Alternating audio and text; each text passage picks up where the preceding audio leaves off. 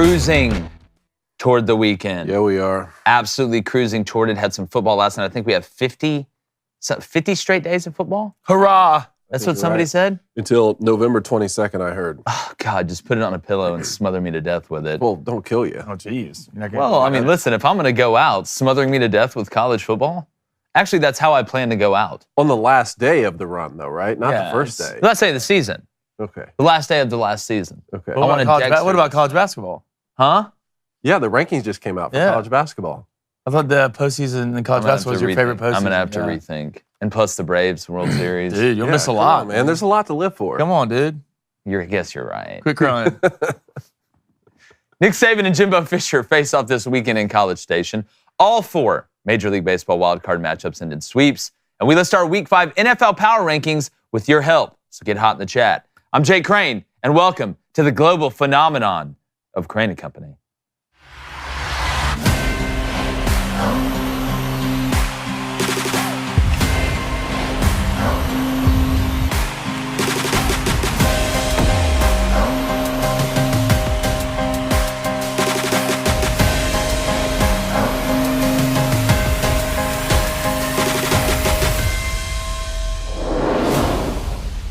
Now, Alabama and Texas A&M has blossomed into a really fun game annually. And when you mix the on-the-field stuff with the off-the-field stuff we've had in the past, the heat has only been turned up. And this Saturday at Kyle Field, it is going to be as intense as a regular season college football game can possibly get, with a fast track for the SEC West title on the line. So picking this game is tough. And we're going to do our Saturday special, but y'all know what I said during the offseason. Now, the reason this game is hard to pick is because there are a lot of similarities, actually, between these two teams when it comes to what they do well and what they struggle with. Now, neither team has been elite running the ball when it looked like coming into the year that would be a strength. Now, I don't see that changing on Saturday with these front 7, so I don't expect this to be a high-flying, Globetrotter-style scoring affair. So if the teams are going to score points, it's going to come down to the quarterback's ability to put the ball through the air in the right spot, penalties, and field position. Go ahead and tie in special teams to that as well. Now, I expect Jalen Milroe will be able to hit a few designed quarterback runs and extend a couple drives on third down with his legs when nobody's open, but he hasn't proven the ability to beat anyone worthy from the pocket in the drop-back game yet. Now, another worry is while Bama has been better lately, they look like they're improving in this aspect, the controllable penalties are still something to worry about. And the crowd noise in the 12th man is not going to help that on Saturday. So I do expect a decent amount of third and longs after penalties, which is nobody's forte. I don't care what style of offense you run. Now, on the other side, Max Johnson was very turnover prone last week.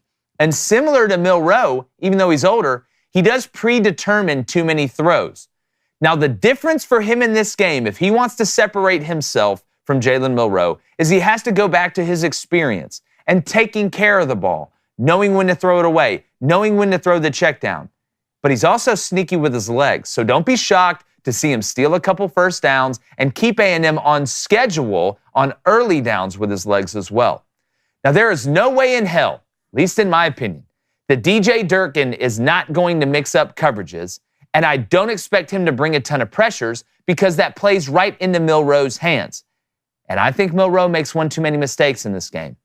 You mix that with some timely penalties, and like I said in the offseason, give me A&M over Bama in a low-scoring slugfest. Mark it up, write it in. David Cohn, former Michigan quarterback, my brother, former Western State, Colorado wide receiver.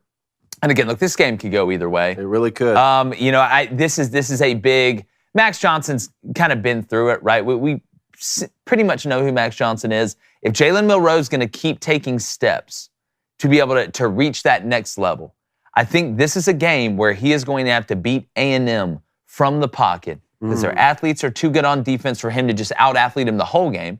Not saying he won't be the most athletic guy on the field, but I think A&M can corral him a lot more than some other teams have, like we saw Texas get him on the ground. So when you look at this matchup, David, when you're looking at both these quarterbacks, I mean, it's pretty kind of obvious to tell this, right? Well, I agree with a lot of what you said, and the SEC West just gets more and more interesting every single week. I think the winner of this game is certainly going to take the reins and take the driver's seat here. I went back and watched Texas play Alabama, and I went back and watched Miami play Texas A&M. And I agree with half of your premise there that it is going to be a low-scoring, ugly affair. In those two games I just mentioned, a lot of points were scored, and I think there was a lot of different reasoning for that. First of all, in the Texas A&M Miami game, remember all the special teams plays? They got, a blocked punt, a kickoff, a punt return or a kickoff return for a touchdown that had, so a lot of points. Fumbled punt. And remember, that was when Connor Wegman was playing. Now, I'm a Max Johnson fan. I don't think he has the skill set that Connor Wegman had, and I don't think either of them has the skill set that Quinn Ewers has, and it took him plus the offensive mind of Steve Sarkisian to come in and really put up a lot of points in Tuscaloosa. And don't forget, even with the Steve Sarkisian and Quinn Ewers combination and Jalen Milroe turning the ball over twice from the pocket, Alabama had the lead in that football game in the fourth quarter. They had a chance to win. So I agree with you that it's going to be ugly. I wouldn't be surprised if both of these teams and both of these quarterbacks turn the football over, especially if Tommy Rees is going to have Jalen Milroe be in the pocket and throw from the pocket. And again, maybe, like you said earlier in the season, maybe it's not a Tommy Rees thing. Maybe he's being handcuffed. Maybe Nick Saban is saying, this is how I want to play on offense.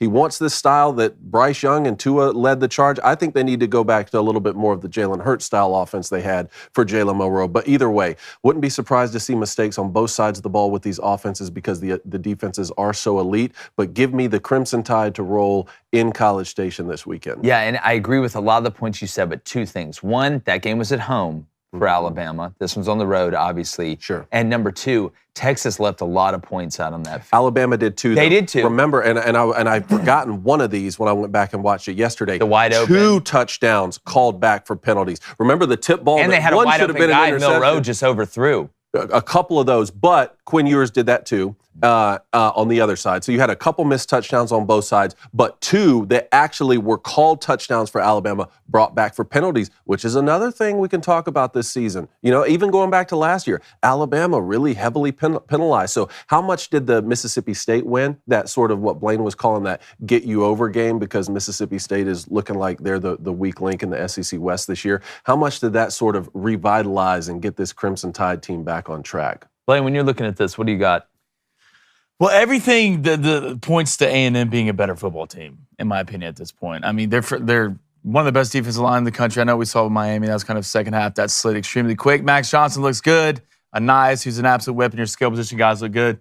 But I'm still, even after loss to Texas, I am being programmed by Saban not to bet against it. I still can't get there yet. And I kind of went back, and look, I know it's a completely different team for Texas A&M, different Q, different offensive coordinator. I kind of went back to last year's game and looked at it a little bit.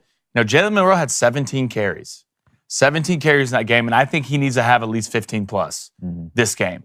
If you're going to beat good defenses like this, it almost goes back to the Georgia and Alabama, the old days. You have to have a quarterback who can get outside, who can run the football. Because if I'm A&M, you said it earlier, I'm not bringing pressure, right? I'm keeping gap integrity. Jalen Milroe has to beat me in the pocket. That's what I'm doing. So if he can Jahmyr Gibbs had 154 yards against A&M last year.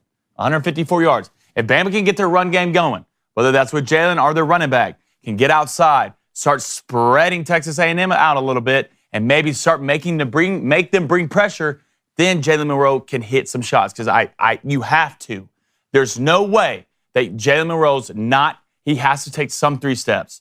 He has to take some 5 steps. Because if they don't respect it at all, they're going to sit on him the entire game. And that's when you get the check down pick sixes. That's when kids start sitting on routes. If they start doing that, I like A&M in this game. But I think Bama's defense is going to show up. I think Bama's defense is going to get to Max Johnson. You saw it against Ole Miss. They had 5 sacks against the Ole Miss team that LSU couldn't get a sack against. I think Bama wakes up. They show up early. It's going to be a tight game. It's going to be a low-scoring game. But I think Jalen Milroe's feet and broken down plays will be the difference. Give me the Tide. Give me Nick Saban. Close. Well, I'll say this. These two teams may have the 2 best front sevens in the league. Yep. Like, I don't see Alabama. Jahmyr Gibbs' ass ain't walking through that door. True. He's gone. There's a reason he got taken, 12th overall? Yeah. And I like McClellan. There's no Jahmyr Gibbs on that team. And this A&M defense, this front seven, and I've watched them, because there's kind of a common, they look at people look at the Miami score and they're like, oh my God, this defense got gashed. And they did. They got gashed through the air. Mm-hmm. The 2 things that A&M could not do against Miami is could rush the passer to get to Van Dyke, all right, And the second thing they couldn't do is run the ball. Yeah. Really. And I don't think they're going to be able to run the ball against Bama.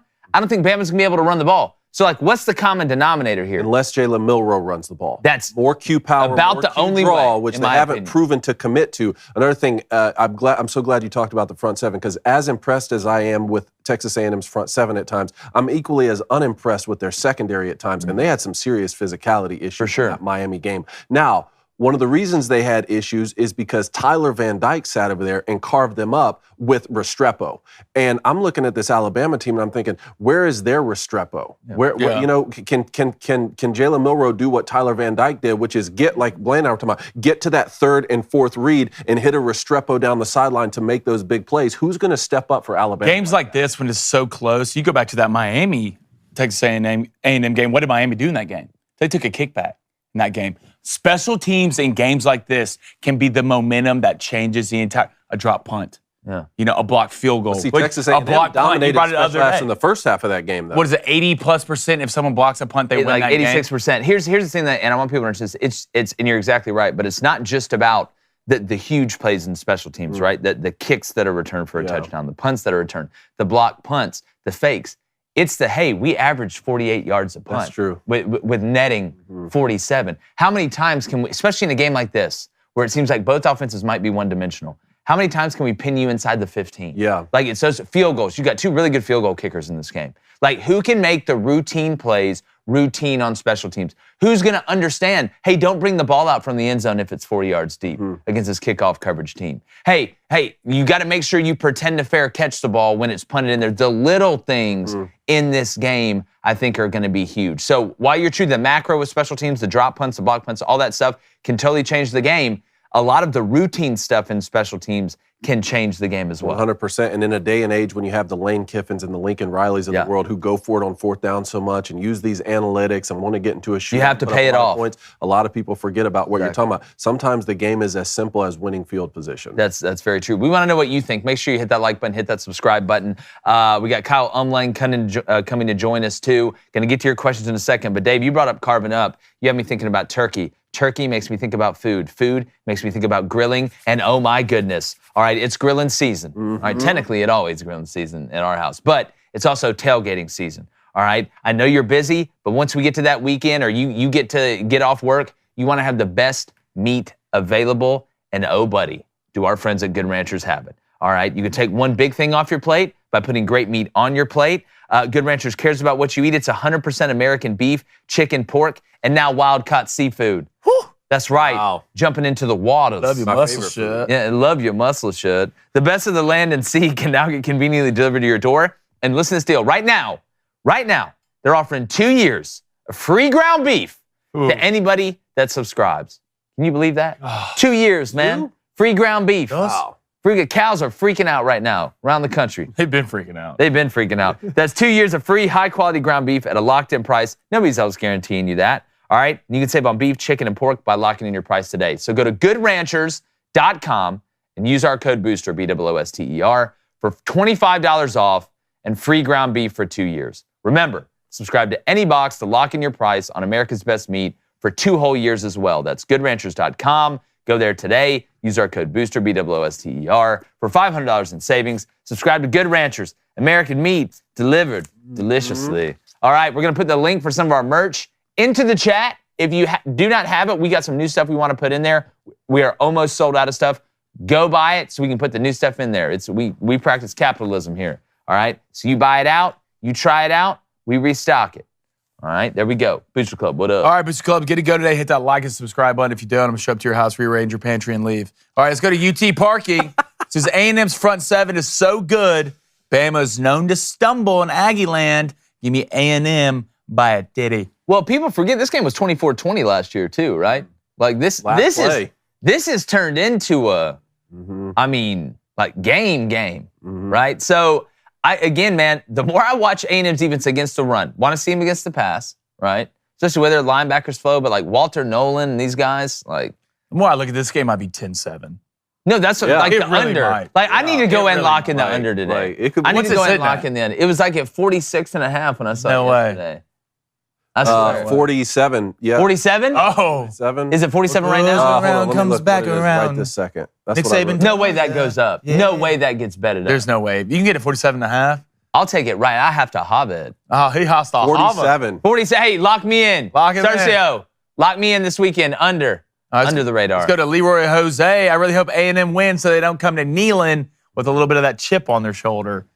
I don't know, man, because look, here's the thing. It'd be different if A&M was like Bama or somebody that has actually won the West before. A&M's never won the SEC West. Well, they just do it. I need them. And like, what if they win it? Like, I don't think they're gonna be like, all right, let's overlook at Tennessee. I'd be more worried about if I was an A&M fan than being like, guys, we gotta win this one in Neyland. Yeah. Because if we do this, we're gonna win the SEC West. Because they've got at Tennessee, obviously at LSU. That last game, which makes that LSU-Bama game that's what you got left. massive. You got Alabama, you're at Tennessee, South Carolina at home. You go to Ole Miss, Mississippi State at home. You kill somebody, then you go to LSU. Abilene. Yeah. That Ole Miss. You go to Ole Miss? Yeah. And they got at LSU last. Well, look, you got to go through it. You got to go through the choppy waters to get. All right, let's go to Texas Ed. He says, I fully expect Monroe to have no fewer than 5 QB draws, Q powers, and speed options. So you say. Yeah, we've been screaming it the whole year. But again, at some point, like Alabama's got it. You got to get to it. If I'm calling the game, he'd have 5 on the first drive. Well, see, here's kind of the predicament though. Are you like, all right, if we run Jalen Milroe 20 times, he's already just going to take off 5 or 6 times, right? And he's done a good job of not getting squared up too much. But if he goes down, you've got but like Ty Simpson's going to go in there and just try and figure it out. You're playing Oh, well, you you do though, because A&M's got the same problem. Like Max Johnson goes down, who are you putting there? One of those guys in the overalls coming out there to play? Like they're just not. I mean, Walk around with a pumpkin and a torch? if the rest of the team was so elite, yeah. then maybe. So if Jalen doesn't I'm not run, saying Jalen I'm not saying doesn't hide him run for error. You're gonna. I'm lose. not saying hide him, but all right, all of a sudden, do you put Tyler Buckner in there? You put You Tyson. did at one point. You don't put Tyler Butner in there. Said He's running the not scout good, team, not good. Let's go to MG. Says, I got A&M winning 23-20. Just Yeah. a random guess. It's in College Station, correct? This game will be determined by which QB turns it over at the worst time. Doesn't it just feel like 24-20? That's what I'm going with. I'm going to go 1 over. All right, 24-20. Let's go to Travis Elrod. He says, how differently would this game be if it was at Bama? Way different. I mean, you're 7 points ahead when you get off the bus. But I think all the points we're still making would still apply. They would. You know? They would. But you'd have less, I think, penalties, even though they were heavily penalized against Texas at home. I think that's something that's easier to fix when the crowd's being quiet when you're on offense as opposed to what it's going to be at Kyle Field when they're going to be able to hear it from Zeta Reticula 4. There'd be fewer overalls for sure. Yeah. So to Woo Pig Bolt 22, hashtag Ask Crandon Company, do you think there's going to be a Heisman moment this week? Yeah. I think Quinn Yeah. Ewers in the Texas-Oklahoma Quinn game. You're going to and- have to see. and I picked Dylan. Quinn to win it. All right. Quinn and Dylan. Quinn and Dylon. All right, let's go to Jacob Richardson with a $5 donation. Jacob, thank you. He says, do you think, we hit this, touched this on this the other day, it's going to be good the way he looked in his last game. Do you think Anthony Richardson's a real deal? The comeback drive last week was amazing. Yeah, I just think he's going to continue to get better and better and better and better. I think he's, in a lot better situation than Bryce Young is with the Panthers. But watching Anthony learning, he's got to continue to learn how to take care of his body, which means don't watch Josh Allen run out of the pocket. He's already been knocked out of 2 different games. But, he just makes some throws sometimes. Like, there's one he threw in the seam the other day. In between. Over the linebacker that they ran, I think it was 2-man. And the linebacker was running with the guy in the seam. And the safety, is playing the half. And Anthony Richardson he threw the ball so hard I didn't see the ball. Like on the screen. Like it was just like, nyink, just like gone. Laser. Like when you see those aliens documentaries and they just show the spaceship go across the sky, you can't even really see it. It's going so fast. That's what it looked like. Guy I did don't know that how in the his guy caught it. It's either one of 2 things. Either it's throwing so hard it goes through your hands, or he's throwing so hard you can't not catch it. Because it just absolutely just like an octopus's tentacle. I was going to say leg. But all right, let's get to rapid fire. All right. Rapid fire here, boys. Major League Baseball. Wild card series, 4 series, all of them sweeps. How about that? Rangers 7-1 over the Rays. Twins with their second win. How about that? 2-0 over the Blue Jays. Diamondbacks 5-2 over the Brewers. And the Phillies 7-1 over the Marlins. Yeah, again, it's very rare to see them all end in sweeps. I know the wild card's a 3-game series. I mean, this is a Marty Huggins situation. Bring your brooms. It's a mess. But 2 things I saw yesterday. If you didn't know this, the Twins had lost 18 postseason games in a row, which is a North American sports record, right? They broke that when Royce Lewis hit 2 home runs 2 days ago. The last time the Twins won a playoff game, Royce Lewis was 5 years old. He hits 2 home runs, and they finally win their next playoff game since then when he's 24 years old. That's crazy to think about. Another stat I saw. The Royals lost 106 games this year. They still had more people at their last regular season game than the Rays had at their postseason game. I saw the Rays, the lowest attendance in a playoff. I don't care if the game's played at 3 o'clock. I'm watching the other games and people are showing up. That's bad, get them out. Man. You got to get out. I'm out. I'm out. That's bad. If that's the case, I'm out. Then it's a no-win. And remember how hot they started the season? That's exactly right. And you know what? I'm coming to Nashville. That's what I'm doing from the Rays. Pack it up. Get a team to Nashville. Pack it up. Come on to Nashville. Nash Vegas. All right, so the division series will now be Astros Twins. That'll be a fun one. Braves Phillies. Little NL East action. Hate it. Pay them back from last year, please. Hate it. A little payback from last year. Diamondbacks Dodgers and Rangers Orioles. How about the Diamondbacks? Scrappy group, man. Taking 2 on that. I know the Rangers handle business against the Rays. Scrappy that group. one didn't shock me as much as the Diamondbacks over the Brewers. All right, let's keep it moving here. Thursday night football. Bears at the Redskins. Yay. How much is that all the energy you can muster for this matchup? Man, primetime games in the NFL are trash. Can the Redskins cover the 6? That's what I'm wondering. You would think, right? I would think, but they've been kind of up and down with Sam Howell a little bit. Last week it was against the Eagles. They looked great. Yeah. Week before that against was it the Bills? Mm-hmm. Whoever it was scored 3 points. It was awful. Sam was awful, and I know the Bills are. I think the Bills hotter defense than is really good. Hotter than a fat girl in a first sleeping bag. It's hot. First. Not hot in the right way either. No, the bad hot. Disgusting. The cover 6, the over-under is 44.5. How are the Bears feeling, though, man? After last week, you get up on the Broncos. Hey, guys, we're up 28-7, and you let the Broncos come back? And then had an opportunity to kick the field goal with 2 minutes left, go for it on 4th down, don't get it, and lose the game. I just, how much can the Bears, get up for this one? How much they're gonna get up? That, it's almost worse. It's almost like you'd rather wish you played bad the week before and lost. Maybe turn around hey guys, we played good. But you played good for most of the game and then blew it. It just, I don't know. This game's, it's not gonna be aesthetically pleasing. I mean, it's always fun to watch Justin Fields run around and do some of the crazy stuff he does, but I just feel like with the Commanders, with what they've gotten back on defense, with Brian Robinson Jr., with McLaurin, with Jahan Dotson, I don't know how this is, even though it's 6 points, I don't know how this is minus 108 and the plus 6 is minus 112. I just don't see it. Yeah, I don't know how you bet on the Bears when it comes to winning any football game at this point. You can't until they prove they can actually finish a football game. I do think I like the over-under in this game. I took the under. You like the under? I like the over. I like the over in this game. I think both these teams are going to score, especially what you saw with the Redskins last week.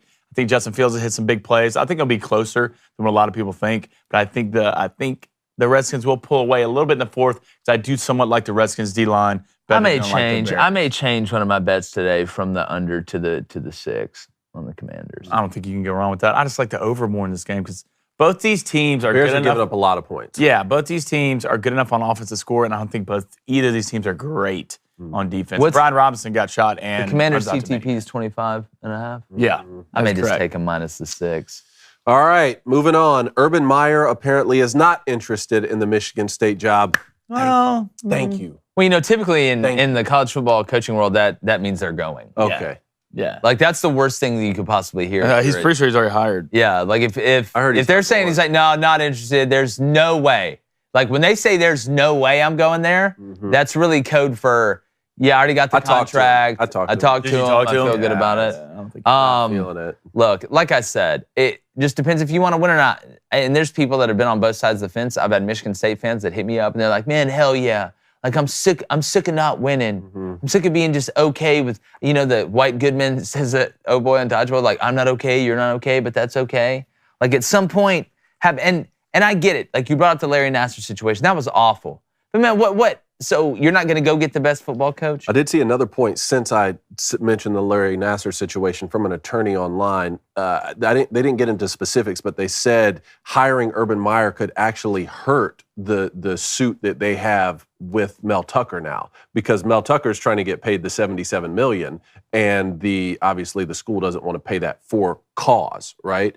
And they said if you hire Urban Meyer, that would, ruin the argument that you have in the legal battle with Mel. But what did Urban Meyer really do? Yeah, I don't know. He was hanging out, again, maybe he overworked the players at Florida. Okay, I get that. Is Urban Meyer a great guy?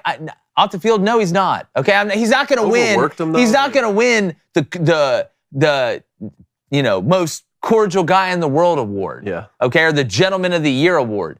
But the Jaguars, yeah, he was hard on the player. Nick Saban he made a Dolphins player cry. Yeah. Cry. And then he's got, again, you know what Urban Meyer's biggest offense was? He had a girl sitting on his lap at Hooters or whatever. That's was the last straw. So really? Y'all acting like this man's Kim Jong-un. like this dude is a terrorist to society. You want to win? Yeah, Kim Jong-Urban. Urban Jong-un. All right, this actually got a kind of decent little. Just make a shirt out of it. Yeah, but you want to win or what? I kind of don't want him to. I know you don't. You're going to do everything you can. No, look, Michigan State's going to be fine. They're going to make a great hire. They're going to still play good football. And I saw they were ranked top 3 in college basketball in the new ranking that just came out I'm not pre-season. shocked. Yeah, I don't know. We're about in basketball. Always good, man. You want to know how you want to know how I know your basketball school? When you basically name the football facility after the basketball coach. Who's still there. Not someone who died a long time ago. I'm like, no, we got to rename this. We got to rename this to the Urban Environment Center. Yeah, we're going to name it to Gotcha Mill. All right, next one. We're going to name it to Gotcha Mill. Oh, Jake, you sent us this one, man. Utah players getting trucks, brand new trucks. Yeah, I saw that also. This got made fun of, with the Alabama Charger thing. Blaine, I believe, did you send this? Yeah. Oh, sorry. Yeah, sorry. Whoops. My apologies. The next David, one that Jake whatever. did send, I will say that you sent it. Yeah, that's smart. That's smart. Yeah, let's go ahead and play this. So look, if I'm Utah, everybody gets a truck on the team except anybody on offense. So let's play this video. I want you guys to know how much the alumni appreciate you guys and how proud we are to be alumni. You guys really show the world exactly what it means to be a Utah man, and we appreciate you guys. Not only do you make us alumni proud, but you make this community proud. Where he going with this? On Where he behalf of going the with Crimson this? Collective and the collective donors and this community, they wanted to grant each and every one of you guys a brand new Dodge Ram truck. A Dodge Ram truck. Are you kidding me? All of them? Yeah. Or they get to share Just one? scholarship players. So the walk-ons get to watch The walk-ons get a $50 gift card to Applebee's. Bro, The walk-on's got a scooter. Yeah, the walk-ons get to drive the truck out to them. So now, I hate to start. the president's set. Hey, no. Let's Nick Saban start buying guys jets? Here's what it is. What if the guy at the microphone was like, all right, turn off the cameras. All right, listen. That's what you could have had. No, he's like, listen. If we don't average at least 28 points a game for the rest of the year, we're taking these back. Wow. A truck. A brand new truck. Dodge Ram. I For hate- scholarship players. I hate to start a sentence like this, but back in my day, Yeah. I was happy just to get the $15 chit to Mr. Spots every Thursday. I was happy to get the chit calf. to Mr. Spots. What's Mr. Spots? Mr. Spots and Ann Arbor staple? I'll take Yeah. you. Don't Is it a restaurant? But Is it a if you got disease? chicken fingers, You need fries, Jameson? chicken fingers, fries, and a milkshake, it was more than $15, so you still had to come out of pocket a little bit. But 15 of that was paid for. A brand new truck. A truck. And he just took an L. I bet the guys last year just like, this is crap.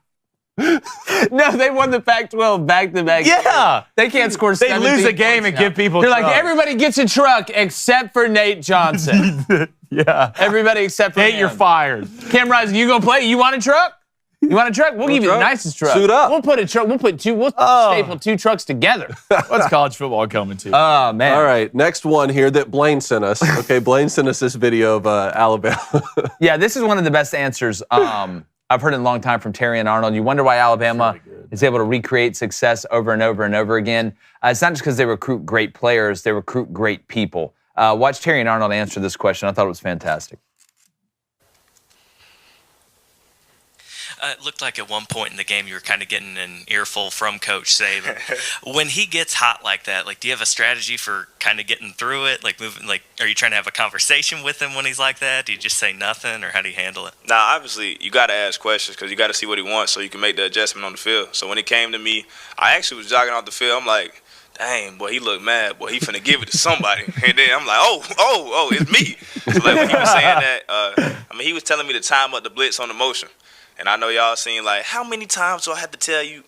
You know the word. But, like, when he said that, it was kind of like one of those things that you just have to not hear how he's saying it, but you have to hear what he's saying. And, it's another thing when you look at it as far as never knowing when the camera's on you and being coachable. And I feel like the relationship that I have with him, he knows that I can take coaching like that. And it's hard coaching.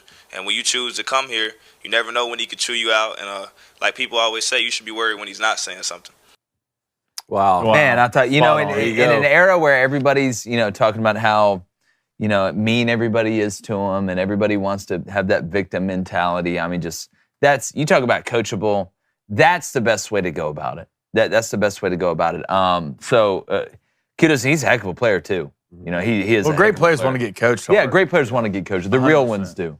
The real ones do, and that stuff, that cream rises to the top. But that was great stuff from Terry and Arnold right there. Yeah. Last one here. I want to preview this Notre Dame game. Notre Dame goes on the road again at Louisville. They survived last week at Duke, converted that 4th and 16. How do you see this game going?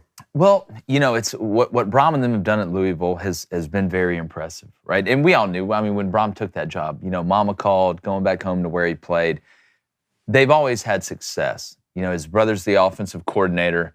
They've always put a really good product on the field offensively. Defensively, they've been better than what I thought that they were going to be this year. Last year, when you go look at it, I think they finished like 17th or something overall in team defense, but a lot of that was due to an elite pass rush.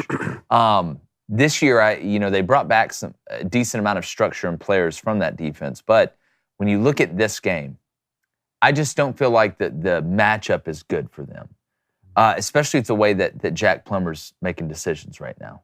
That NC State game, he was all over the place, and he's an older guy, right? That if you make those decisions against Notre Dame, the margin for error in this game is so much smaller than the ones against the teams that they've played. Remember, they went down to Georgia Tech big, opened a week at halftime, were able to come back and win. Thrash is a nice player. They got some pieces on offense, but this is going to come down to good decision making. When you look at the numbers, they're somewhat similar. Both teams average about the same yards rushing. They just go about it in different ways, even though Louisville has been playing a little bit slower than I thought. I feel like Notre Dame, they have a style of play that is grind you out, wait you out, play action, hit the underneath, play good defense. I think Louisville makes one too many mistakes in this game. It's going to be jumping out there. Louisville's ranked. They're in the top 25 now. Everybody's hype out there. We know Louisville can get hot, but I just feel like Sam Hartman and that experience, we saw it at the end of the game last week at Duke. I feel like Notre Dame, that they're not going to make the mistakes that Louisville is going to make in this game from a turnover standpoint. They're going to be able to limit Louisville's possessions offensively because they can run the ball. And when you look at that offensive line compared to Louisville's defensive line, as above their weight as Louisville's defense has punched, I just don't see it this week. I like Notre Dame. Can Louisville hang with them? It's at Louisville. Correct. Mm-hmm. I think Louisville outside from the skill positions is good enough to run with Notre Dame with their cornerbacks. Outside the skill position? The skill position. Outside of that, I don't think Louisville can run with Notre Dame. Plummer's looked good in a couple weeks. He did not look good against NC State. Which Plummer's going to show up? I think Braum schematically is an absolute wizard. I think he'll have some plays in there that will be successful. But this game's crazy to me that's only a 6.5 or 6. Up front, Notre Dame's going to kill Louisville. They're going to kill them. See, that's where I cannot get past. They're going to kill them. So if anything, Sam Hartman early, run game, estimate, boom, boom, boom. After that, the play action games get set up. If you're Louisville, you have to play keep away as long as you can. You have to play keep away as long as you can. You limit possessions for Notre Dame because they're going to run the ball and eat clock. If you limit possessions and you can score and get in the end zone, in the red zone, I think Louisville can hang around for a little bit.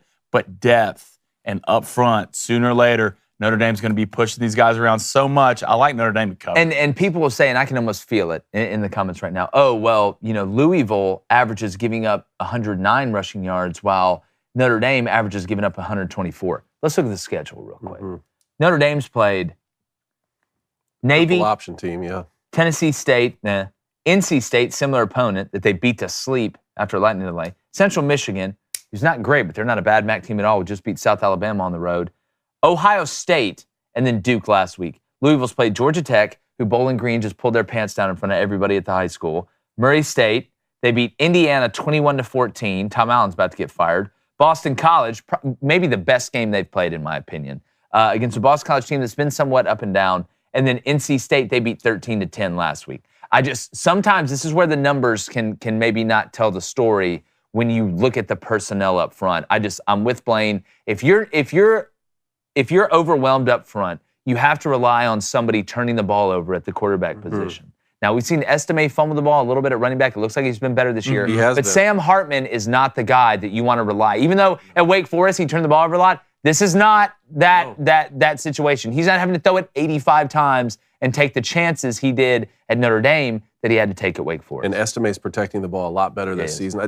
Notre Dame's a better football team. Agreed. And I don't think they have any quit in them, right? They've won by blowouts. They've won a close game now. They've lost a close game. They're seasoned now, 5 weeks in, heading into week 6. And I just think that they still understand if they handle business, they're in the postseason conversation. 180 yards rushing against Georgia Tech, getting up by Louisville, and 150 against Boston College. Yep. It's going to be interesting. All right. Tony, you want to get to the NFL power rankings right now before we go get and knock Kyle that out? on here? Yeah, we got about 5 minutes before we get Kyle on here. We can go ahead and knock it out. NFL power rankings. We're doing this live. We're doing this round table. And the Booster Club, hey, Blaine, get those feet chopping over. Hey, come on, let's They get go. the Number 10th 10. pick. Y'all will be answering number 10 in the power rankings. All right, I'm going to start. Look, it's easy to just point to the undefeated teams. I don't know if anybody is playing better than the Bills right now, but the Niners, look, took care of business against the Cardinals. I think the Cardinals beating the Cowboys helped them out a little bit. Brock Purdy doesn't lose regular season games. Give me the San Francisco 49ers, the best team in the NFL right now. I think you're right. Okay, so we got 49ers at 1. I'm going to put the Philadelphia Eagles at 2 right now, mostly because they are undefeated and they figured out a way to win these really ugly games. Remember that the Patriots coming back, when the Eagles were on the road in game 1, Eagles still hold off and win. Last week, really ugly against the Redskins, man. Thought they were going to lose that game for a while. I think the Eagles are one of those teams, kind of like we talk about Georgia in college football. Find ways to win all sorts of games, and then they get better as the season goes on, which the way they've started isn't surprising when you lose both coordinators, right? But you still have all the pieces, Jalen Hurts. They got that DNA, you can tell. They have that DNA. They got to get some things right with some of the younger guys they've drafted, and especially in the secondary. I think the offense is going to be fine. So I'm going to still put the Philadelphia Eagles at 2. Gotcha. All right, I think I'm going to go the Buffalo Bills at 3. Okay. I think if you watch the Kansas City Chiefs against the Jets, one thing I'm kind of worried about is that, one, they takeaways are 12th in takeaways in the league. That's not good enough. And that defensive line did not get to Zach Wilson the entire day. Buffalo Bills, Josh Allen coming along. You did just lose one of your best players in a torn Achilles, your cornerback. But I think the Bills' defense right now would be the difference if they did play the Chiefs. So give me the Bills rolling in at 3. I like it. I like that. I'm going to go ahead and throw the Dolphins right here.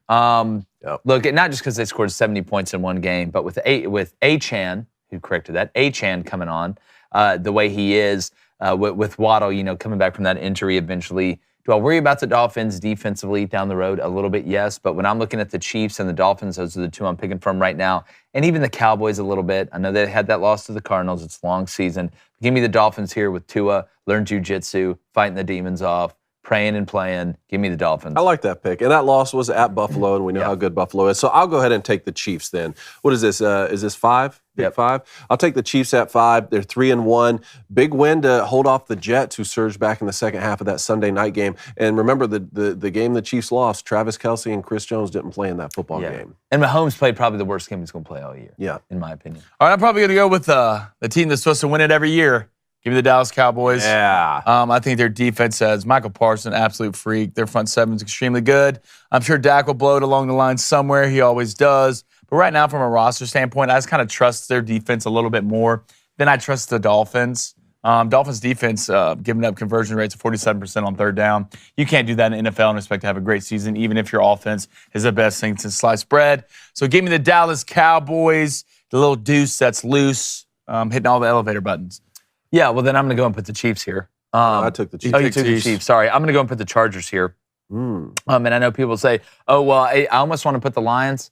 I know Jared didn't have a great game last game, but I'm telling you, the Chargers have a lot of pieces. I know Mike Williams is hurt, but Austin Eckler's not back yet either. I'm just telling you, this team, I watched Justin Herbert. You talk about a tough dude. Come back with that broken finger they had a splint in or whatever it was. I like the Chargers overall, man. Let's get everybody going defensively. Let's keep them hot. They got Keenan Allen looks healthy for the first time in a long time. And look, I love the two kids they have from TCU, Davis and Quinn Johnson. Give me the Chargers. All right, so pick 8 for me. To me, it comes down right now to the Lions, the Ravens, or the Seahawks. And I'm going to go with the Lions then. I think they're trending in the right direction. They get Jamison Williams back 2 games early. That offense is really cooking. They're playing a lot better on defense.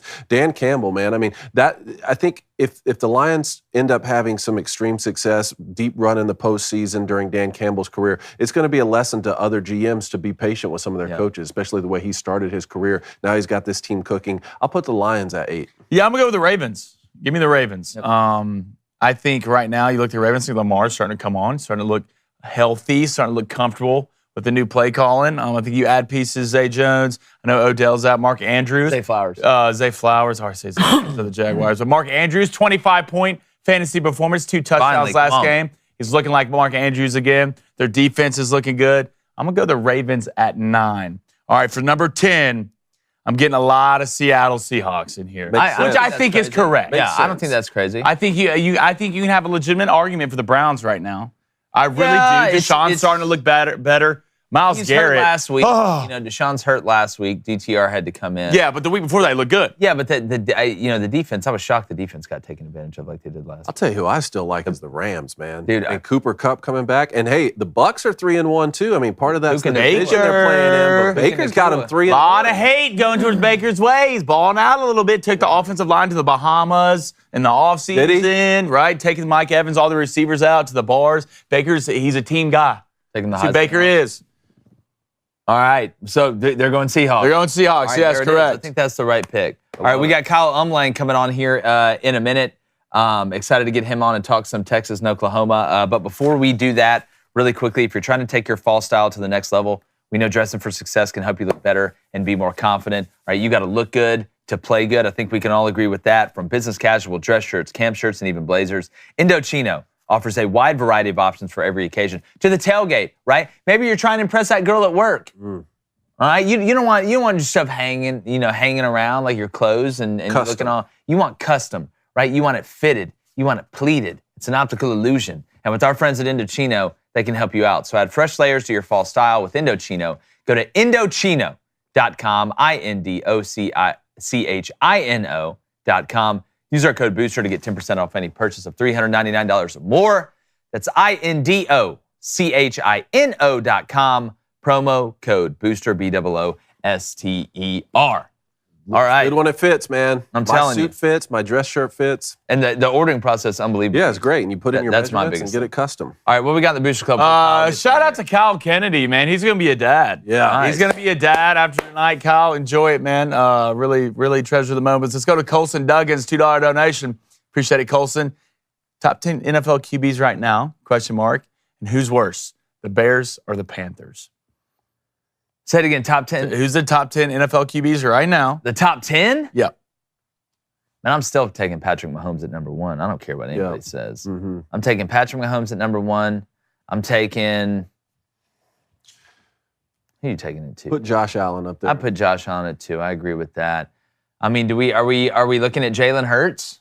And we're not going to have Aaron Rodgers in there right now, I guess, right? He has 100%, yeah. He's not retired. He's hurt. You can't put him in there. I mean, put him in there. I think the real question is, Joe Burrow a top 10 quarterback in the NFL right now? Not right now. You got to punish poor performance. I'm gonna go. I think you go Jalen Hurts at 3. What, 2 at 4? Tua's playing well, man. I don't think that's a bad pick. I like Justin Herbert a lot too. Yeah, that's true. That's true. Look, I want to see Jared Goff in there somewhere. No, he'll be in there. Probably more 8, 9, 10 range, but still, that kid's balling. No Goff in there. Where's Matt Stafford rank right now, you think? Dude, he looks healthy. In that 5-6 range? I'd put him 5 to 7. I'd put him 5 to 7. But no, I mean on the other one, you have to pick the Bears worst. Have to right? be. Because at least with the Panthers, you can say, hey, we're starting a rookie quarterback and we're trying to trend in the right direction. All right, well, let's get to Kyle. Kyle Umlang from the Statistics Pod, the Lone Star Show Pod. A guy, he's got Texas covered like a warm blanket in the wintertime. Kyle, what's up, buddy? What's up, guys? How y'all doing? Doing great, man. It's the first time we've had you on. Always enjoyed your stuff, and just excited you can join us this morning in what is another huge week for Texas. Not that every week isn't big, especially when you're on the mission that Texas is. This is a Red River Shootout, man. How y'all feeling over there? I'm feeling great. I mean, last year gave me a lot of confidence because who doesn't love to beat their rival into the mud like we did? But I know it's a different Oklahoma. Dylan Gabriel's healthy and playing good ball right now, but I think the key is that they have not played a defense like Texas. They've had a pretty weak schedule, and any team that has a pulse like Cincinnati, for example, they only hung up 20 points on Cincinnati. That's not going to do it against Texas. They are going to struggle in the second half for sure against Texas' defense. I'm looking forward to just running up the score in the second half. And Kyle, one thing about this Texas team, the reason I picked them to go undefeated and make the playoff, we've always seen a pretty good offense with Texas, right? Offense has really typically not been the problem. It's been defensively, not that they wouldn't have good games on defense, but putting together solid depth, putting together a defense that can go out there week in and week out. And when that offense isn't operating at an unbelievable rate, be good enough to keep them in it. This Texas defense is not just good enough to keep them in it. I mean, this front seven and what y'all brought in with Catalan can really, really be dominant. When you're looking at this Oklahoma team, is it their run game you feel like you can shut down and put it all on Dylan Gabriel? I know you look at the numbers. What are a couple stats that you're looking at or a couple, kind of numbers that jump out to you that you think can have a huge effect on this game? Yeah, I was just going to say, if Texas can shut down the run game and put the whole game on Dylan Gabriel's shoulders, I think that's a solid win for Texas. There's just no way he's going to be able to do it. Milroe couldn't do it. There's no way Dylan Gabriel is going to do it. But we're going to have at least 1 or 2 interceptions this game. Hopefully, this rivalry game is crazy plays happen, so I'm going to assume one is going to be a pick 6. You're going to see a lot of pressures, a lot of sacks. He's going to be running around the entire game. I'm looking forward to it. But where Texas struggles on defense, the secondary, they're going to score on Texas. They're going to open up, especially in the first quarter, before Texas gets the rhythm, before Texas understands what they're looking at. They're going to score probably on a deep ball or two. Second half is going to be much different after all that's shut down and we're sacking. But yeah, look for a couple scores from Oklahoma, probably exposing our secondary. It's our weakest part on defense. But I think you see a lot of pressures. So they have not faced anything like this before. Yeah, I mean, the schedules, David, are different. I just wonder if Oklahoma's going to take a page out of what Colorado did against TCU, out of what we saw South Carolina do against Georgia, and kind of supplement that run game with that quick passing game to try and stay on schedule if they can't run the ball. For sure, and then also what we were talking about yesterday, quarterback run game too. Yeah. When you say you got to put it all on Dylan Gabriel, that doesn't always mean the pass game. So let's see how much quarterback design run there is. Kyle, Texas tight end Jatavion Sanders made some big plays in the Alabama game. What's the status of his health right now? I think technically he's still quote unquote day to day, but there was like a rally last night. He was walking around, didn't have a boot on or anything. He looks good, but obviously that's a game day decision for Sark. But I trust that if he plays, he's 100% or as close as you can get to 100%. And if he's not, then he'll probably be back by next game. So it's not a big deal. I would love to have him play. He is a playmaker, but I still think we can get the win without him. Yeah, we've talked a lot about going into Tuscaloosa and Steve Sarkisian being able to beat Nick Saban and that Alabama team. Very impressive win, but equally as impressive to me, beating Kansas 40-14. Maybe that's not impressive in years past, and I know that they had their backup quarterback, but the Bean kid can play, and you hold that Kansas offense to 14 points. That was very impressive. How many points do you think it's going to take this weekend to beat a high-powered Oklahoma offense? 25 should do it. I just don't see them scoring more than that. and we have 36 points a game, I think. I think we put up 35-ish. My actual score prediction is 35-20 Texas. So somewhere in the 30s for Texas, somewhere in the low 20s for Oklahoma. Yeah. Well, I think Jeff Levy and this Oklahoma team, Kyle, they want to go tempo-wise. They want to get going. They want to get going early. If you're Texas, all right, and you're seeing Oklahoma have success with the tempo early, do you slow it down a little bit on offense if you're Sark to kind of get everything remmied together with Quinn Ewers? Because, look, when it comes to an offense like this for Oklahoma, they haven't been running the ball great, but Dylan Gabriel, he's a good passer. He's a good enough passer to put points up. If it starts snowballing early, right, and they do have success, Sark and them slow it down, right? Yeah, I mean, he's done it against Alabama. He had like a 7-minute drive that milked most of the third quarter. You will see that for sure in the second half. Have our defense rest and just ready to go the second they step on the field. So usually in years past, that's been the opposite for us. Usually we're the one who has the gas defense who can't go out there and stop anyone second half and they come back. You're going to see the exact opposite this game. OU's just going to run out of stuff to do in the second half. They're going to be struggling for points. Do you think if you're Texas right now with the Oklahoma run game struggling like they haven't in the past, do you think you only bring 4, you don't pressure Dylan because obviously your secondary is the weakest point? Do you think Texas could get to Dylan Gabriel with 4? I think so. Yeah? Okay. This Texas team. If you can do that, then you should be set. This year's Texas team can. I don't know about any other year. Yeah.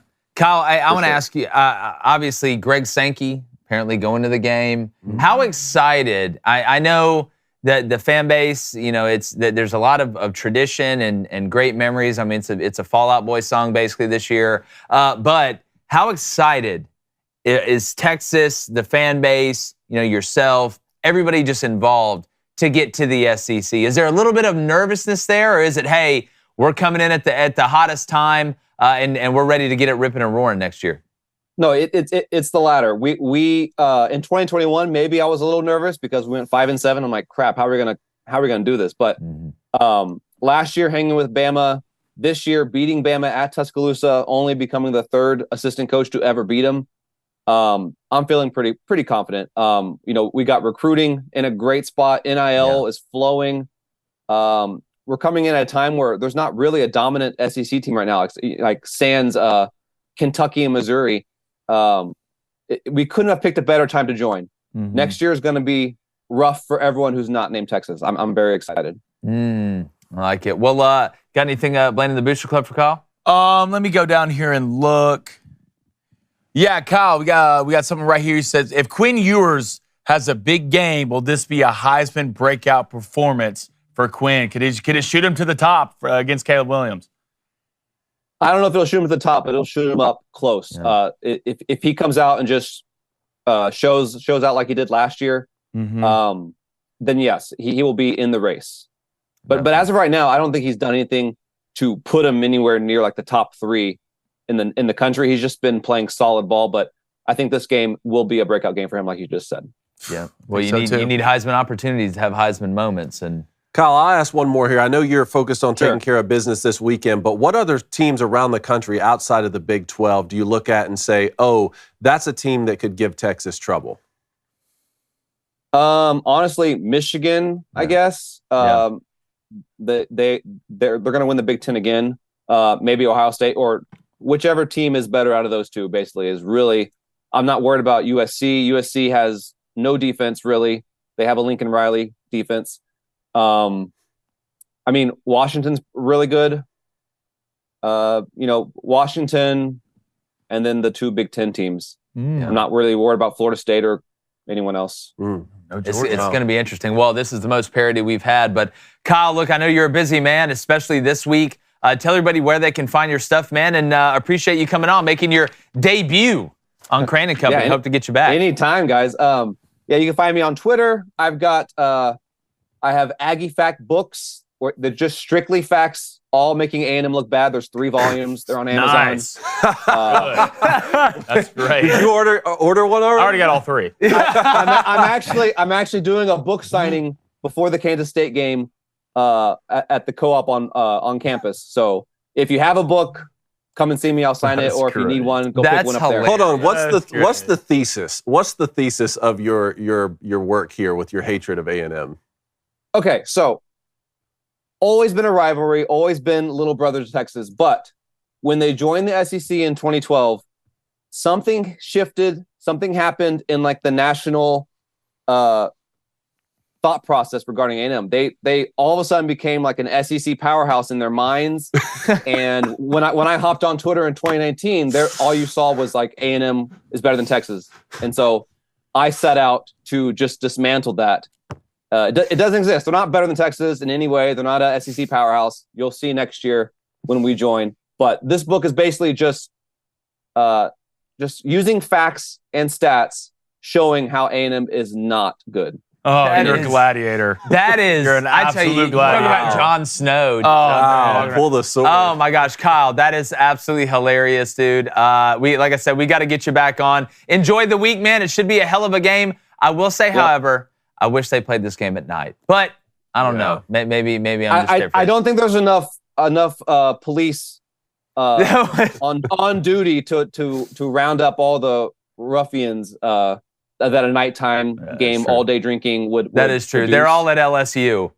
Yeah, They're all at So, LSU. I think for everyone's safety, 2:30 is the latest I would ever play this game. Definitely. Okay. Yeah. Well, Kyle, thanks so much, buddy. We'd love to have you back on. Enjoy the rest of the week.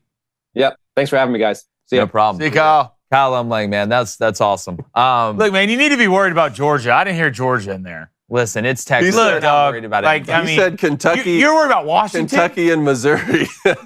He didn't say Georgia? Kyle, look, I know y'all are good, but then a walk in the park over there in Athens, Texas, buddy. man, they're not. Hey, sometimes you just can't explain it. You just have to let someone experience it. Yeah. You do realize, though, Texas comes in the SEC next year and wins it?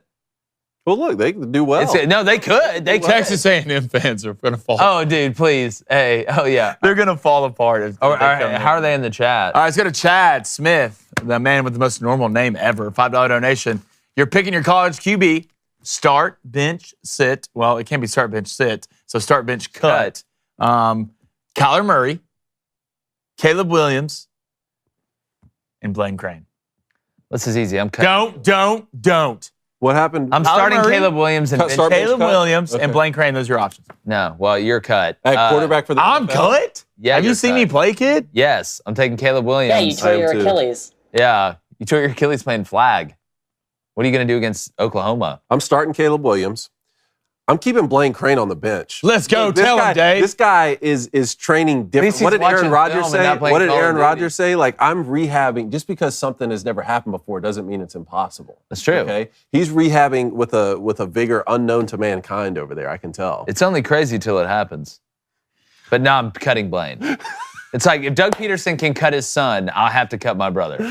All right. Well, I'm gonna keep you on the bench, bud. All right. Thank you, David. All right. Make sure you hit that like button. If you haven't subscribed yet, make sure you do that. You ready to get some calls, David? All right. Let's get to some calls. We got Steve on the line here. Is it Steve's birthday? Steve! Is it your birthday? Hey! Hey, what's up, man? Yes, it is Level Up Day. Nice. Happy birthday, level up day, Stevie. You Steve. said Way to level go. 52? Level 52. I can finally say that I'm playing with a full deck. There you go. There it is. Wow. Congrats, Full Stevie. deck. That's funny, Steve. Well done. Oh, man. All right. Fighting that mid-boss. You know what would be a great birthday present? What? The Buckeyes beat Maryland. Oh, come on. We already know that's going to happen. I want Cone to sing happy birthday to his favorite Buckeye fan. Okay, my neighbor. Where's my neighbor? Brian? I'm just kidding, Steve. We'll I'm do- just kidding. Hey, I'll sing you happy birthday. Happy birthday. This is your birthday song. Happy birthday. It isn't very long. Go Hey, Steve. There you hey. go. That's a short version.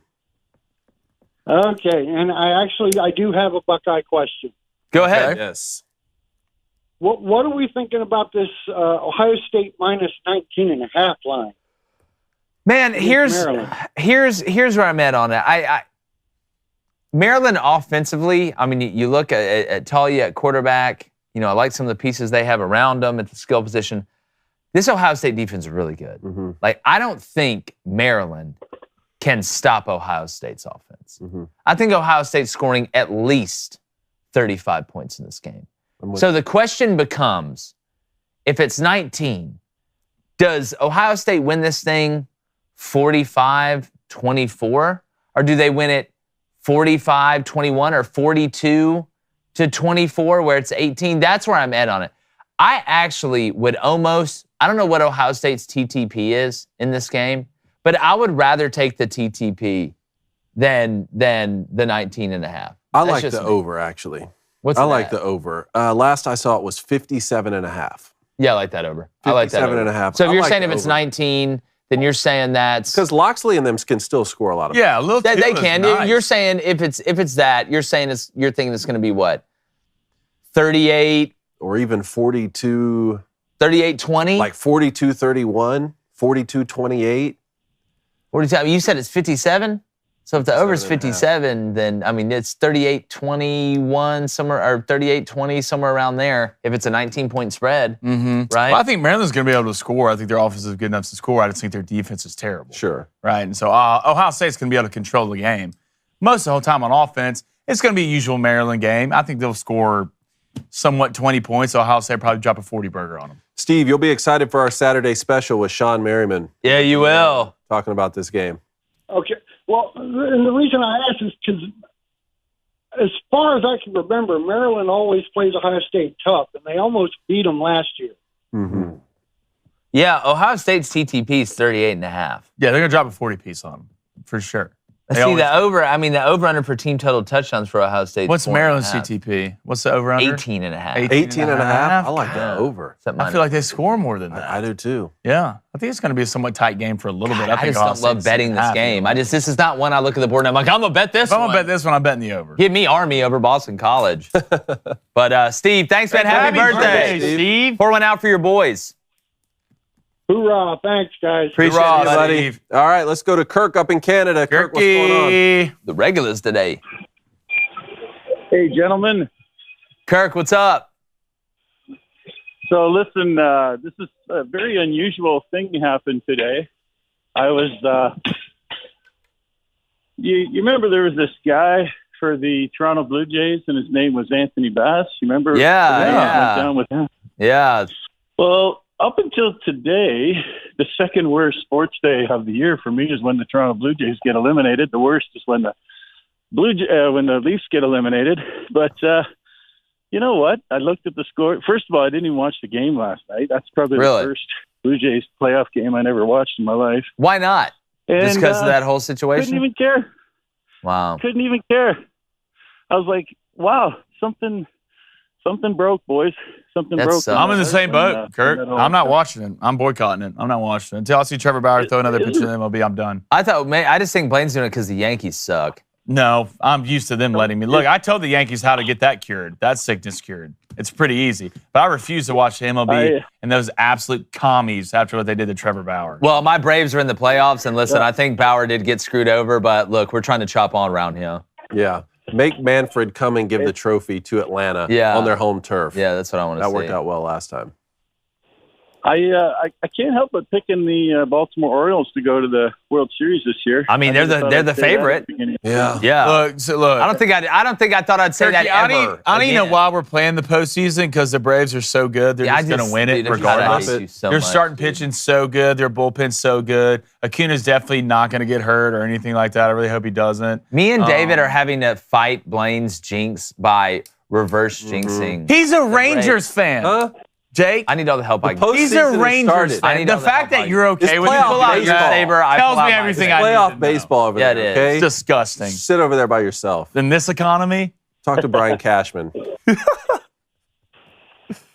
I still don't like ketchup chips. I tried them the other day. I still don't like them. Well, guess what? Our boy Sean Ketstever's sending us some up here. Oh, really? Yeah, he Sean's is. sending some? Yeah, we're about to play a game called Let's Find Out. Bet you didn't know you'd like them. They taste like salt and vinegar. I'm not going to lie. I'm going to try. Why not just buy salt and vinegar chips? Because they're not as good as the ketchup chips. I'm going to try them. That's why. Thank you, David. Yeah.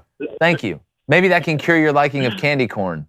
There's no coming back I am from cured. that. I love candy corn's what they eat. I am cured. Y'all need to be cured. What they like torture terrorists with. No, yeah, that's what they feed terrorists to get. Candy corn is an elite Halloween candy. Candy corn's for cattle. I don't eat it in March. You cannot convince me that candy corn isn't made out of lipstick. It's good. You know what? I'm glad that you guys reminded me. Like, It is October. Does that not and tell it's you? not- Kirk, what do you? That was the last time. Thank you, Kirk. I tell you what, Kirk. I'll tell you. You're the what, realest Kirk, one out man, there, you call Kirk. in, you just cut me below the knees like that. I'll tell you. Well, Kirk, man, sorry about the Blue Jays, my friend.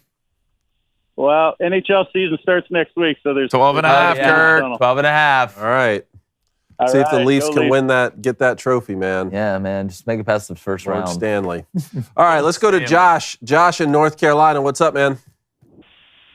Hey, wait. Why are we trashing candy corn? It's elite. Because it sucks, Thank you, Josh. Josh, I knew I could count on you, It's- Boltar. candy corn is the worst. Do you walk around eating construction paper? Because Yeah. it's basically the same thing. Don't It listen to is them. the Don't same let them thing. bring you down on this Thursday. It's terrible. buddy. I get it. But also, I just wanted to apologize to PJ a little bit because she thinks I'm making it like she's taking it too seriously. I'm just making jokes with you in the chat. I'm not taking it. I'm not. Oh, being I serious, know. but- Oh, is that Hey, Yeah, don't you apologize. know. Hey, hold on. Josh, the chat's mine, buddy. Okay? The chat's ours.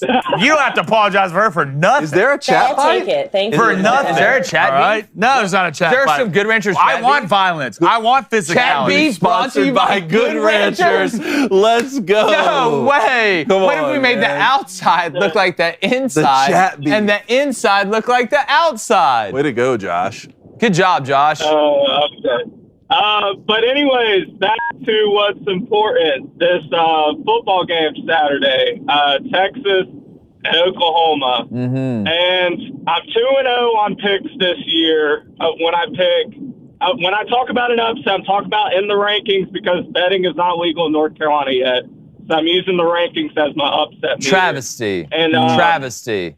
And I might be wrong in this, but I'm taking the Sooners, boys. Ooh. Really? On Saturday, I'm taking them. Yep. It's a bold strategy, Cotton. Let's see if it I don't pays know. off. Like, It's but the just two- straight up, two- right? Straight up, not plus six or straight up. okay, Because straight money. until Texas proves it for the whole year, I'm not going to trust Texas. And they typically blow it in games like this, and I think it's going to happen. Gotcha. Well, look, I think this Texas team's different this year, man. yeah, but again, like here's the thing though. Like Oklahoma, they hadn't played the best schedule, right? Not that they played just all patsies, but like you still kind of don't know. And like that, it's that fear of the unknown in that big game for Oklahoma. Like, is this the team that gets to the big game and freaks out in the good way? Or do they freak out in the bad way? Like that fear of the unknown, like we only know like 2% of what's in the ocean. I agree with you. I go back to last year when that defense wasn't as solid, and 5 of those losses were by 1 score in single digits. And the 2 that weren't, Dylan Gabriel was out. Yeah, you should never lose to your rival 49-0. You shouldn't. I don't. Yeah, but if there's ever a year that where like I at get least, it. you know, Dylan Gabriel was out. He's back. I don't know. I'm just hoping for a great football game. Me too. I'm with you. Appreciate it, Baltar, we'll Josh. see you, buddy. Yeah. Thanks, man. All right, sounds good. All right, let's get a Hunter in Arkansas. Hunter, what's up? All right. Well, I'm talking about Major League Baseball today. It's Yeah. kind of reverse. Steve talked about college football, and I'm talking Talking about about Major League I don't like Baseball, I this. know, right? It's opposites day. I don't like this. I think the wild cards were actually genuinely surprising. I thought at least one series wasn't going to be a sweep. I know. The odds would tell you that, right? Like you would think. I just wasn't expecting like this complete dominance. The most disappointing team this year was the Rays. Like, how are you going to start off so hot and then just fizzle out in the playoffs? And no one showed up to the games. Well, that's what I was saying. I read that earlier about the Royals had more people at their last game and 106 loss regular season team than the Rays did at the playoff game. It goes back to that old adage, right? Whenever you play in a sport where, you know, especially there's a playoff, right? Or there's a tournament, or that's how the postseason works. You always want to be playing your best ball late. You would rather peak late than early. I think the Rays are a shining example of that, of the opposite of that. Yeah. And they couldn't lose. That's true. Now, the real thing is, who's excited for the Braves to choke in the NLCS? What? Here. The Braves don't choke. Here, yeah, we definitely are. We Dude, definitely the Braves are. Hunter, it's already written in stone Hunter, that the first off, Braves thank won the you. World Series First this off, year. thank you. Hunter? I don't like when I'm looking at the Phillies and they're making their own lyrics, like as a baseball team. Are they doing that? Brave Yeah, sweep. like they changed Dixieland to that makes me nervous. No, don't do that. But Matt Olson just over there, I mean, just dropping dongs left and right. Yeah, So, I think they'll beat the Phillies, but I feel like it's the Dodgers' year again.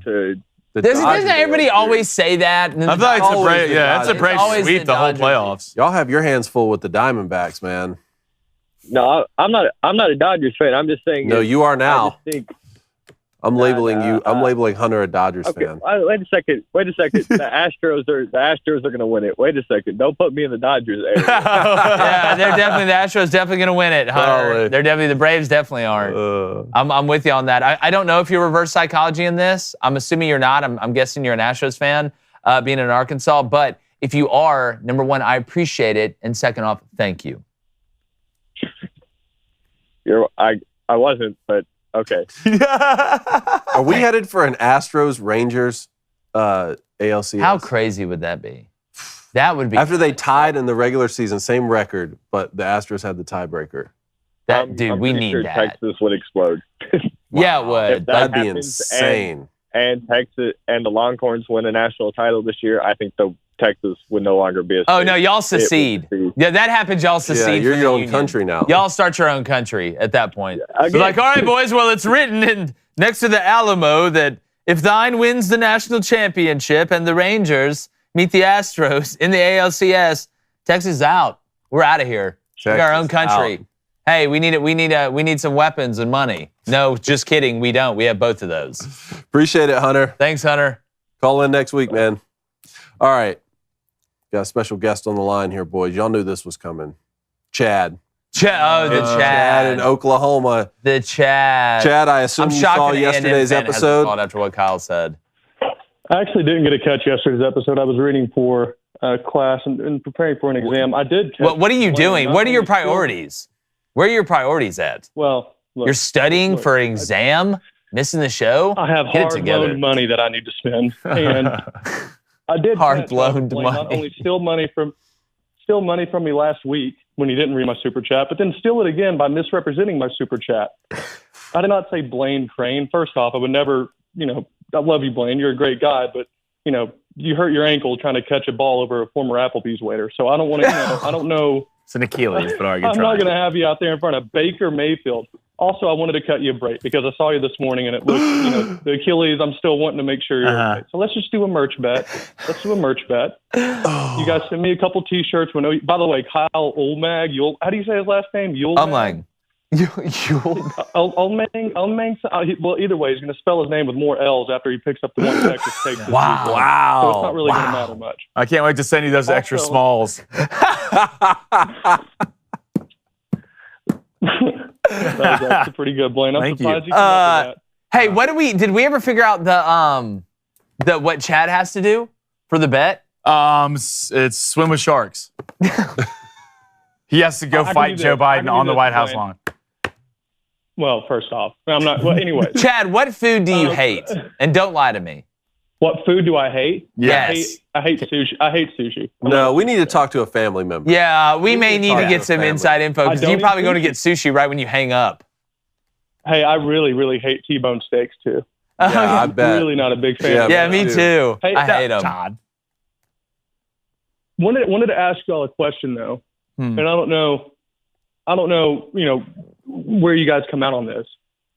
If OU wins, and say that they continue to make it, say they make it to the Big 12, where's Brent Venables on a Coach of the Year award? I mean, he's Got to be right up there. man. I don't know if anybody's going to win it other than Prime. Well, no, you can't win 3 games and win, or 4 games That's and win it. No way. What's the line between because you would go from Venables going 6 and 7. There's like 9 different Coach of the Year awards. Like, so Prime may get like one of the offshoot ones. But if we're talking about the main ones, Oklahoma beats Texas, goes undefeated, wins the Big 12. Brent Venables going to be up there. He's going to be way up there.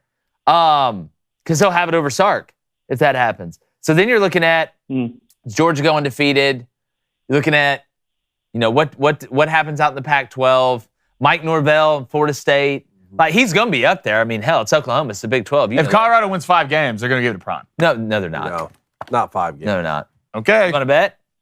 Yes. If Colorado wins 5 games, Colorado wins 5 Prime's going to win the National Coach of the Year yeah. and not go to a bowl game. Yes. Okay, after Mike Elko won 9 games last year at Duke. What's the difference between Mike Elko and Prime? Prime's been the biggest story in the entire college football. Not when they start losing. Even after already losing. Not when they keep losing. They're already losing. What do you mean? They lost the last 2. They got beat by 42-6 okay, by Oregon, we're 5 games, and we're still talking about it. They're going to beat ASU. They're going to beat Stanford. Have a good chance to beat Arizona. So are you saying that that's what should happen, or just that's what will happen? No, I'm not saying it should happen. So you're not saying a coach who doesn't even make a bowl game should win Coach of the Year. I don't think he should win it, but I'm saying the NCAA just loves Prime so much, just the whole college football fandom, that they'll give it to him. Does the NCAA give that award? Not the NCAA. Is it AP? It's voted on. Okay, yeah. Either way, Chad, you should go back to yesterday's call-ins and listen. Oh yeah, he roasted you, Chad. Yeah, you got somebody hit you. Was it a Texas fan trying to roast me? Put you on the grill, dog. Yeah, he put you on the grill. Well, like, speaking of sponsored by Good Ranchers. If he formed more than a couple complete sentences, I'm just going to give him credit for that, because that's such a rarity coming out of that state that I'll just give him Chad knows how to like. Hey, and Chad, don't miss our Saturday special. Yeah. Don't miss our Saturday special pick'ems. Might and be don't miss buds. OU Saturday special when they drop about 45 on Texas's head. There you go. Love it. I watch all the games. games. It's going to be brilliant. Yeah. Look, please Chad, don't make me turn this thing Chad, off. I cannot wait for next week, regardless of what happens. Sounds like a Texas cover, Chad. Talk to you Monday. Hey, those extra smalls are in the mail. Yeah. All right, we'll keep it moving. Michael's in Texas. Michael, what's up? Yep. Here it is. Morning, fellas. Morning. Good. Hey, I was just watching the show, and I was hearing all that chatter about, what was it, Houston, Texas, ALCS, Texas wins the national title, all that stuff. Mm-hmm. Well, first off, no offense to Texas, I like them as a team, but I don't know if they will win the national title. Only because and no disrespect, but I don't think they really played any teams yet to have a good defense. I mean, Alabama's defense is good, but they're not Georgia or Michigan level defense. I've got Michigan winning. I've got Michigan winning the whole thing. Right. But I would have. I've listened to some guy on the radio a few weeks ago, and he mentioned about, if Houston and Texas had a series like that, there would be no home field advantage for either, because both teams would travel. I think both fans would travel well, and it'll be a 50-50. So it's not like the Chargers-Raiders game was, where the Raiders fans just took over. Like it's more equal with Astros and Rangers, you think? I would think so. Okay. I don't know. I would say Astros more, because he was actually complaining, we won't get a home field advantage in Arlington because Houston fans would fill that place out. Yeah. No problem. Yeah. And I know that the Raiders are in Las Vegas, but a lot of those fans are from California. But they used to be the LA Raiders back in the day. Yeah, and then Oakland, obviously. Yeah. I mean, so go ahead, Michael. Sorry. Yeah. But no, I was thinking, because I'm not a fan. I'm a fan of some of the local teams. I'm a Michigan fan, obviously, but I've lived in a couple different places where the local team made a run to, I lived in Virginia. VCU made the run to the Final Four back in 2011, and it's just even I'm not a fan of the local team, just to see the communities just rally. It's awesome to just witness. I mean, not really be a part, but just witness it. Well, sports are great, man. They are. But anyway, I just want to put in my 2 cents about all that chatter about all the Texas teams. I don't think maybe Houston might win the World Series, although I'm pulling from the Rangers to do it. But I don't think we'll succeed if all of our teams won. Yeah, let's make sure the Astro players aren't wearing wires. That's something. Yeah, especially not wearing wires and banging on trash cans. But no, Michael, thanks, buddy. We'll see. It should be interesting. Appreciate it, man. Yes, sir. Well, you guys have a good one, all right? You too, Mike. You too. All right, we got Magnus in North Carolina. Magnus, what's up? Yes. Hey. What's up? Hey. So I got something to say about Auburn to y'all. But before that, I was born in South Alabama Hospital in Mobile, Alabama. Hey, there you go. 251, 251, baby. So I got Auburn flowing through my veins. That's crazy because most people that are from Mobile, Bama. you know this, are Bama fans. That's a Bama stronghold. If there was a war, like that'd be like where they'd all huddle up. There's a port. Yeah, but my whole family went to Auburn, so Nice. that's how it is. Beautiful. So I don't know. I haven't been really catching up with the show lately. That's my fault. But Hugh Freeze in the fourth quarter, he's got 6 minutes left to go, and he decides to run the ball straight up the middle and waste 4 minutes. And then we lose the ball, and Georgia goes in for the easy win. How do we explain that? You know, the way that game was going. Y'all want to hear an interesting stat, by the way? You know, Peyton Thorne. I saw this. I think it was Disrupt Media. Somebody put this out on social, and I need to fact check it, but I swear it's true. Peyton Thorne hasn't thrown one ball away all year. Really? Hadn't thrown one ball away. That's just wild for me to think about. That is now, and he played better last game. I think, you know, Auburn's only success they were really having was in the run game. A lot of it was on the RPO action. A lot of it was outside. And I will say this. Jarquez Hunter has to catch that ball on the arrow. Because if he catches that ball, first off, if it's Batee, I think if you're going to make an argument about personnel, Batee should have been the one running the arrow. If he catches that ball, he's probably gone. But I will say this. I do think that Auburn's the main success they were having because the wide receivers weren't making the plays. I mean, Peyton Thorne put that ball to Malcolm Johnson on the back shoulder right in the money. You know, Fairweather made a couple good catches. That was a tough catch in the sideline on the one-hander. But, you know, the receivers aren't making plays out there for Auburn. So you're kind of almost damned if you do and damned if you don't, Magnus. But are you saying you wish they'd have ran it on the perimeter more instead of just straight up the middle? Or are you just talking about running it in general? Yeah. I wanted to see them go to the outside more. We got Jarquez Hunter, we got Batee. Hell, we got Robbie Ashford that can just go to the corner and get a first down.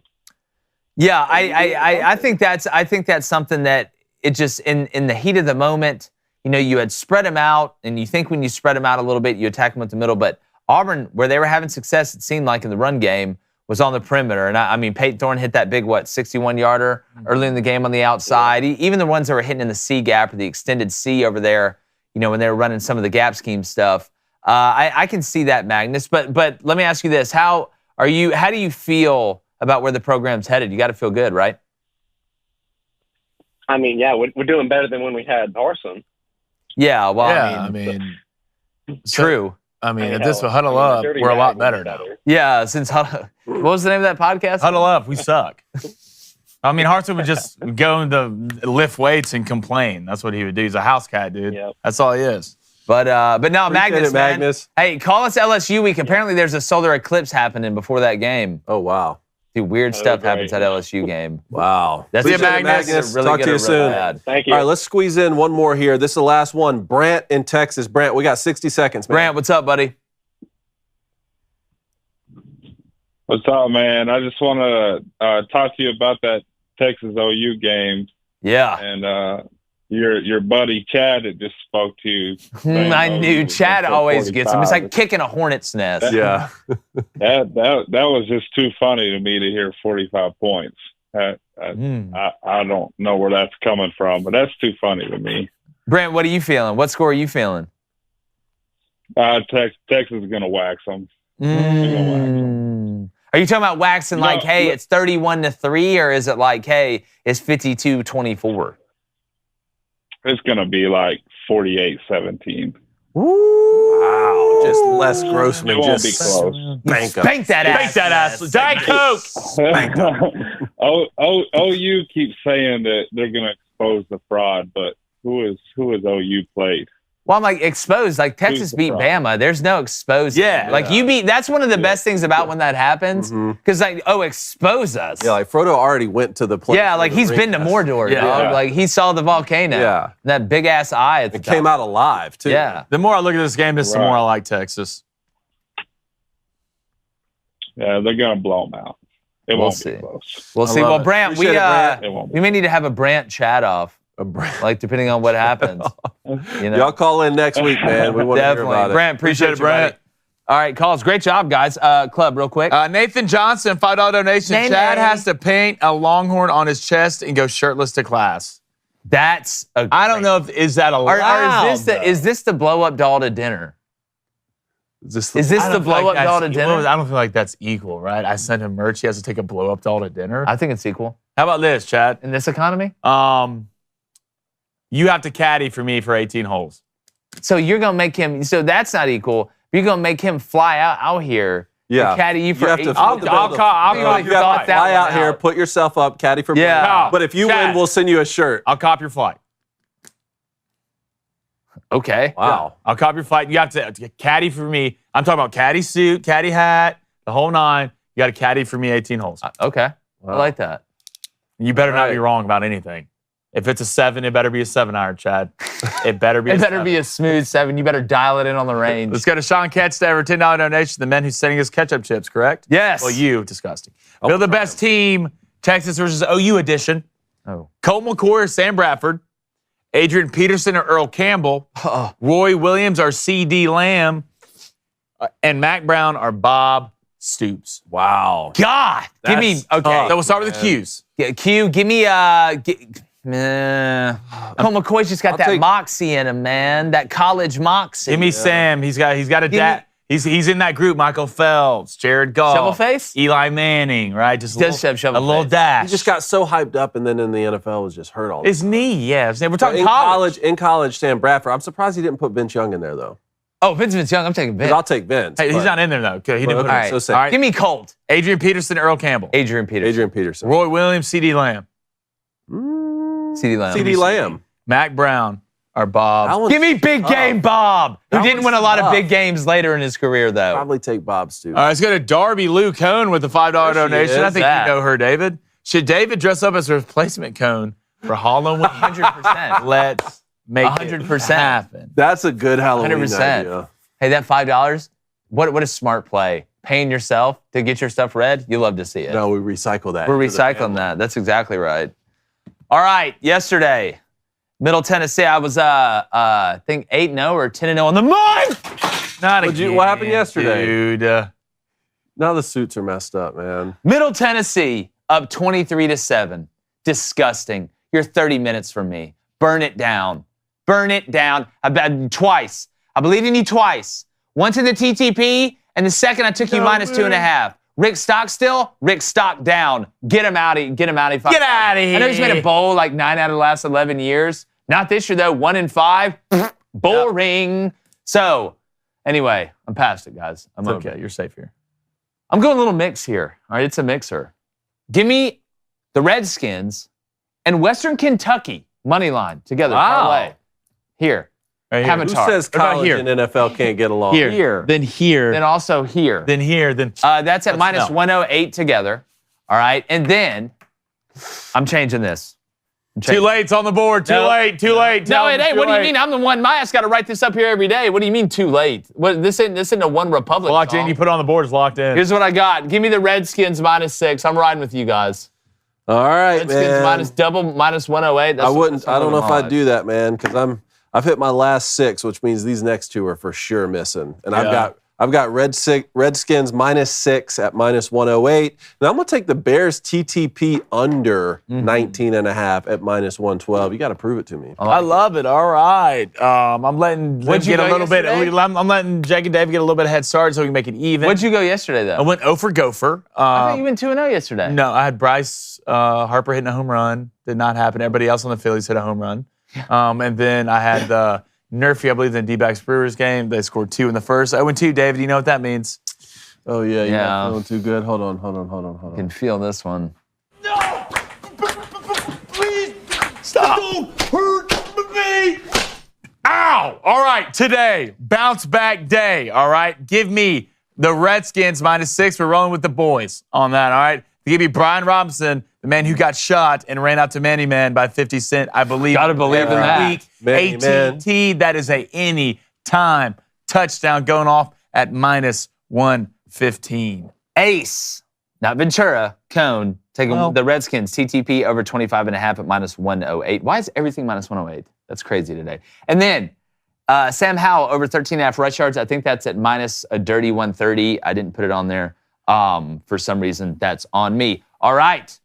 I got to skate through this as quick as possible. Skate. Major Moose Knuckles, $5 donation. That's the one I was trying to think of yesterday. Major Moose Morning, Knuckles. gentlemen. It was good to hear from Sergeant Nips yesterday. He's been AWOL for too long. It's time to get jacked and tan. Hashtag Go Army. Hashtag tight shorts. UT Parking, $2 donation. Sooners are people who cheated and stole land. Hashtag OUDNA. Jacob O'Brien, I read that. Schlapping McLean, $5 donation on a scale of 1 to 35. How sloppy was the Jacksonville State Middle Tennessee football game last night? Oh God, it was 36. Q Smoke Jimbo, $5 donation. TNF prediction. Game goes to end. Game goes to overtime. Both mascots fight on the 50-yard line for the win. Major Tutty. That's a great way to settle overtime. Major Tutty. That's a great way to settle overtime. Okay, let's go to Tyler Hendricks. Do the Colts have $5 donation? Do the Colts have their forever QB? Yes. Yes. Forever, no. Gardner Minshew, Forever's forever. I thought it was forever. All right, now let's go to Tyler Timmerman. $5 donation. A little late for this. Might be able to get it to tomorrow. Jake, I need a motivational speech from my son Philip and the 2014 Nashville Warriors Hockey Club, who have had their first tournament this weekend in I get it tomorrow. Dallas. I'll get you tomorrow. Tomorrow's Friday. Poll. Poll. Who wins this game? Bama. All right, A&M. They're going to go, look, they're going to go Bama. They're going to go Bama. I'm Tight, picking though. A&M. Tight, though. 58%. Give me Bama. 61%. Alabama, 52%. Wow. A&M, 40. Basically a coin flip. Little tighter than the experts Major think. Moose Knuckles will never not make me laugh. That is so fun. Just that we have like Sergeant, or Pants to My Tits, Sergeant Saggy Nips, Slapping me, Glenn. Major Moose Knuckles. There was another one, right? A lot of them. Oh, God, it's hilarious. We appreciate you guys. Make sure you hit that like button. Make sure you subscribe. Keep sharing the show. Got a great one tomorrow. Thanks to Kyle Umlang. Look, it's about to get crazy this weekend. All right, so make sure you're locked in to Crane and Company. I'm going to go watch these Auburn fans yell at me on social media. Appreciate you guys. And like the chances of OU and Texas loving each other, we're going. Make it easier. Gone. It's the whole point. I'm trying to tell it to myself.